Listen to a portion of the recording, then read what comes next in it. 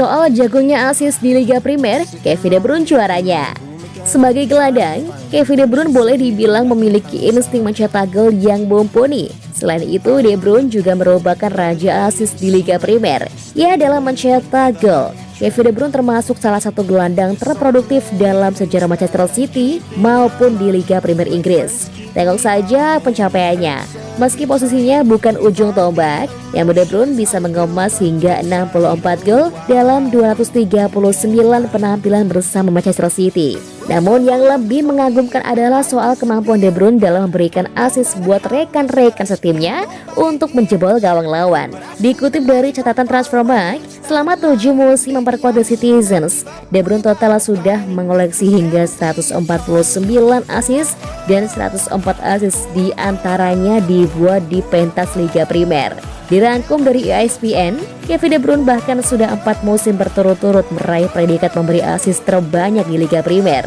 Secara keseluruhan, Kevin De Bruyne kini menempati ranking ketiga sebagai pemilik assist terbanyak di Liga Primer. Cuma kalah dari Cesc Fabregas yang mengemas 111 assist dan Ryan Giggs yang punya 162 assist. Saya tahu ketika De Bruyne menerima bola, saya harus lari kemana. Dia pemain yang amazing, semua orang tahu, ujar Erling Haaland dilansir dari Manchester Evening News.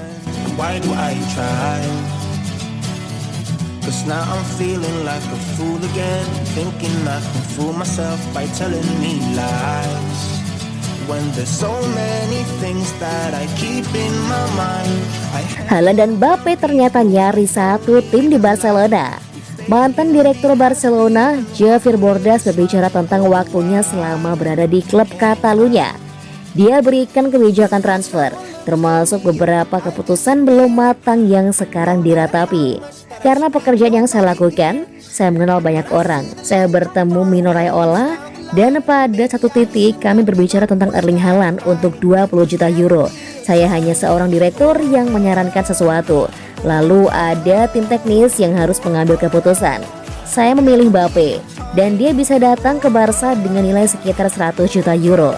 Sedangkan tim teknis mengatakan Dembele adalah sosok yang harus kita kejar. Haaland kini bermain untuk Manchester City, sedangkan Mbappe menjadi tokoh utama di Paris Saint-Germain. Namun ternyata kedua mega bintang itu sempat nyaris didatangkan ke Barcelona.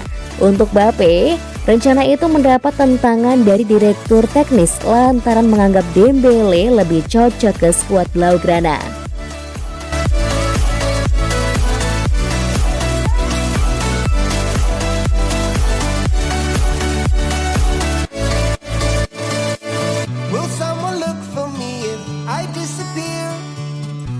Prediksi Manchester City versus Manchester United 3 Juni 2023. Manchester City dan Manchester United akan bertarung di Wembley Stadium pada partai final FA Cup 2022-2023. Pertandingan final FA Cup antara Man City versus MU ini akan live di beIN Sports 3 dan video pada Sabtu 3 Juni 2023 pukul 21.00 waktu Indonesia Barat. Man City punya ambisi besar musim ini, yakni mengincar treble. Pasukan Josep Guardiola sudah mengamankan yang pertama, yaitu gelar Liga Primer. Kini mereka membidik yang kedua sebelum nanti turun di final Liga Champions kontra Inter Milan. Bicara kekuatan, Man City harus diakui saat ini berada di atas MU. Namun bicara soal motivasi untuk jadi juara, MU tentu saja tidak kalah. Pelatih MU Erik ten Hag beberapa waktu lalu mengatakan bahwa final ini adalah tentang menjadi juara, bukan tentang menjagal ambisi treble Man City. Tapi andai bisa menjungkalkan Man City, itu pastinya menjadi sebuah bonus yang sangat manis. Dari kubu Man City sendiri, determinasi untuk menang dan jadi juara masih sangat besar. Meski sudah menyabet titel Liga Primer, mereka masih sangat lapar. Bisakah MU menghentikan mereka? Prediksi starting 11, Manchester City 3-4-2-1. Ederson, Ruben Dias, Nathan Ake, Walker, Rodri, John Stones, De Bruyne, Willis, Gundogan, Bernardo Silva, dan Haaland. Prediksi skor akhir Manchester City 2-1 Manchester United.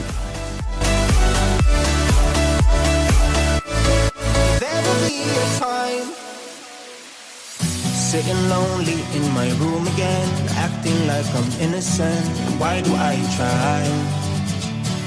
Pep Guardiola jadi manajer terbaik, Sir Alex Ferguson mengatakan sungguh pedih. Mantan juru taktik MU, Sir Alex Ferguson secara berseloroh menyebutkan kepedihannya menyerahkan trofi penghargaan manajer terbaik kepada pembesut Manchester City, Pep Guardiola. Guardiola mendapatkan penghargaan itu pada awal pekan ini, menyusul keberhasilannya membawa City meraih gelar juara Liga Premier Inggris 3 kali berturut-turut. Kebetulan trofi manajer terbaik dinamakan Ferguson sebagai bentuk penghormatan terhadap prestasi pria berusia 81 tahun tersebut di era sepak bola modern. Ferguson pun mengumumkan nama pemenang penghargaan manajer terbaik musim ini dengan nada bercanda. Pep Guardiola dari Manchester City. Pedih gak sih? Ini benar-benar menyakitkan. Tapi memang dia pantas. Dia menciptakan tim yang terus meningkat setiap tahun. Memenangkan 3 kejuaraan berturut-turut sudah cukup memberitahu Anda ceritanya seperti apa. Saya pikir penampilan mereka di bagian akhir ketika itu benar-benar berarti. Mereka menghasilkan performa kelas atas. Kans Guardiola menyamai rekor Ferguson makin dekat, mengingat City masih mempunyai 2 trofi yang dikejar, yakni Piala FA dan Liga Champions. Jika mampu merebut 2 trofi itu, Guardiola menyamai rekor treble yang pernah didapatkan Ferguson. Sementara itu, Guardiola bersikap merendah dengan menyatakan masih ada manajer yang masuk ke dalam kandidat layak mendapatkan penghargaan tersebut dan menyampaikan ucapan terima kasih.